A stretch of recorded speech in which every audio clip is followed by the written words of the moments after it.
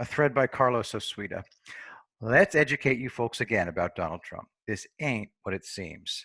From king5.com, we have Seattle Department of Transportation crews moves trucks equipment away from chop zone in Seattle. City of Seattle crews showed up at the chop zone Friday morning with construction equipment. One protester lay down in the street in front of a front end loader. Trump is not, repeat, not going to do as Tucker Carlson demands and ride roughshod over the governor of Washington and the mayor and the police chief of Seattle. That's because Trump is smart. Feds have been in CHOP for a long time. Now come distractions and deceptions. You can clear out areas with frontal assaults, or you can fool people into leaving. That was how the Iraqis retook Kirkuk from the Kurds. When the Iraqi armed forces disintegrated and ran from the Islamic State on June 12, 2014, Kurds raced in from the Kurdistan region of Iraq and took Kirkuk, which they said belonged to them even though it lies outside the borders of the Kurdistan region. The Kurds spent 3 years fortifying Kirkuk, and they said they'd fight to the death to protect it. After the Kurds refused all attempts to negotiate a withdrawal, the Iraqis began a very slow advance that the US called a series of coordinated movements. All the Kurds ran out of the city, and the Iraqis retook it without a problem. Afterward, the Kurds couldn't explain what had happened. Individual Peshmerga fighters couldn't explain what had happened. It was all over in 15 hours. That was 2 heavily armed conventional forces facing off, and the Iraqis had air power. CHOP is a bunch of drug addicts and dorks. A frontal assault is not needed. They're being fooled out. All of their reactions are being controlled. Everyone go to the north wall. That means nobody's watching the south wall. This is child's play, and it doesn't hurt Trump at all to let the idiot governor and mayor to take all the credit. These people have destroyed their own reputations. Americans rightly have a deep suspicion of leaders who put tanks on the streets. And guess what? You're dealing with people who think nothing can happen to them. They're like the Moros, who were told that their faith would protect them from bullets. The M1911 45 caliber pistol was developed because the 38 caliber revolver lacked the stopping power of the 45 round. All right, looks like they broke the thread up, so it's okay. The German counter-terrorist unit, the GS9, had to replace its 38 caliber revolvers because they didn't stop terrorists. Only the French and Tunisians still use revolvers, 357 Magnums. You can't argue with the results.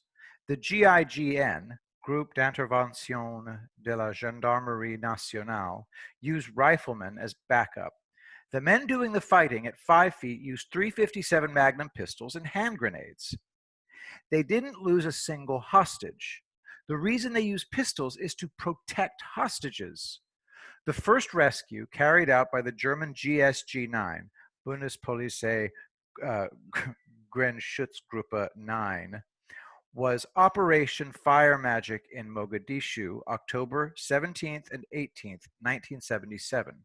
Lufthansa Flight 181 was hijacked by 4 Palestinians who demanded all sorts of madness. GSG-9 landed at night in a totally blackened out DC-8 and met with Somali special forces. The Germans used padded ladders to put explosive frames on all the aircraft doors. The Somali operators drove a fuel truck into a field far in front of the hijacked aircraft. When the Somalis blew up the fuel truck, all the terrorists rushed into the cockpit to see what was happening. German observers with telescopes waited until all 4 terrorists were in the cockpit, and they gave the go signal. The doors were blown off. The Germans rushed inside and shot all 4 of the terrorists as they emerged from the cockpit. Only one survived. No hostages lost. These operations always rely on distraction and deception. But the goal here in the US isn't to kill anybody. You simply have to ignore all the calls to pick up your shooting iron and go protect statues. I can promise you that you'll simply lose the election for Trump. The cannon fodder is stupid, young, white people. They don't even know what guns are.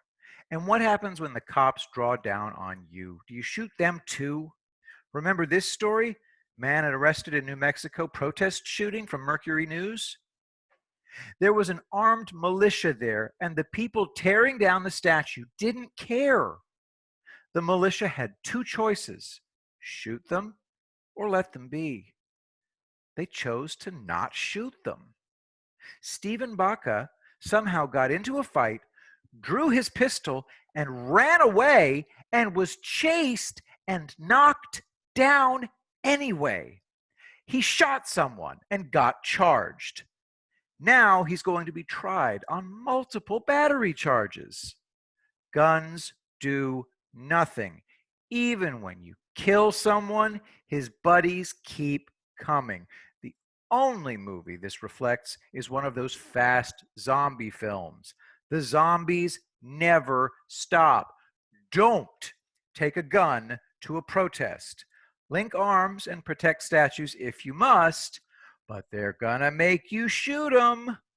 And that is what Democrats want. Why do you insist on giving these losers what they want? None of this is permanent. If Trump gets another Supreme Court pick, the fun starts. So, leave this to the pros. Ignore Tucker Carlson. He wants death and destruction. You guys don't even know how the professionals operate. Brute force is not the answer in this case. Be smart and unpredictable.